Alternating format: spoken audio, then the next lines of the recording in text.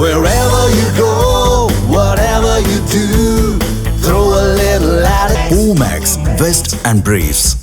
கரூரில் மாநகராட்சி அனுமதியை மீறி தரைக்கடை அமைத்த வியாபாரிகள் 30க்கும் மேற்பட்டோரை காவல்துறையினர் கைது செய்தனர். இது குறித்த கூடுதல் தகவல்களை செய்தியாளர் பாக்யராஜ் வழங்க கேட்கலாம். பாக்யராஜ், தற்போது கடை அமைத்த பிறகு காவல்துறையினர் அவர்களை கைது செய்திருக்கிறார்கள். இதற்கு முன்பாக அந்த கடை வியாபாரிகளுக்கு காவல்துறை தரப்பிலிருந்து எச்சரிக்கையோ அல்லது அறிவுறுத்தல்களோ வழங்கப்பட்டிருந்ததா?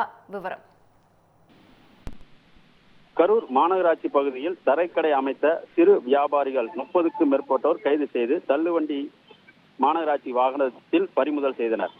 தீபாவளி பண்டிகையை முன்னிட்டு கரூர் ஜவஹர் பஜார் பகுதி சுற்றியுள்ள சிவன் கோவில், லாரிமேடு, ஜவஹர் பஜார் ஆகிய பகுதிகளில் கடந்த பல ஆண்டுகளாக சிறு வியாபாரிகள் துணிக்கடை, உள்ளாடை விற்பனை, பேன்சி பொருட்கள் விற்பனை செய்யும் பல்வேறு தரைக்கடைகள் அமைத்துவது வழக்கமாக உள்ளது. இந்த நிலையில் கரூர் ஜவஹர் பஜார் பகுதியில் தரைக்கடை அமைப்பதற்காக மாநகராட்சி நிர்வாகம் கடந்த வாரம் அனுமதி மறுத்து அறிவிப்பு வெளியிடப்பட்டிருந்தது.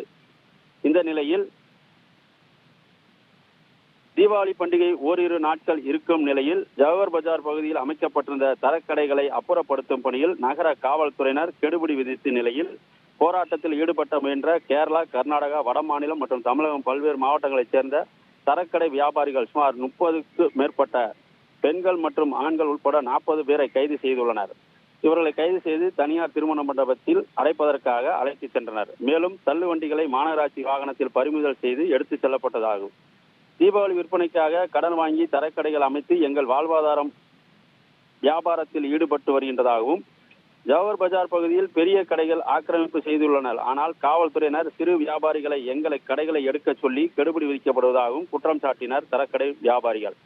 மாநகராட்சி மற்றும் காவல்துறை அதிகாரிகள் பெரிய கடை உரிமையாளர்களுக்கு சாதகமாக செயல்படுவதாகவும் தற்காலிக கடை அமைத்த வியாபாரிகள் குற்றம் சாட்டி வருகின்றனர். இதனால் அப்பகுதியில் பெரும் பரபரப்பு காணப்பட்டு வருகிறது. தகவல்களுக்கு நன்றி பாக்யராஜ்.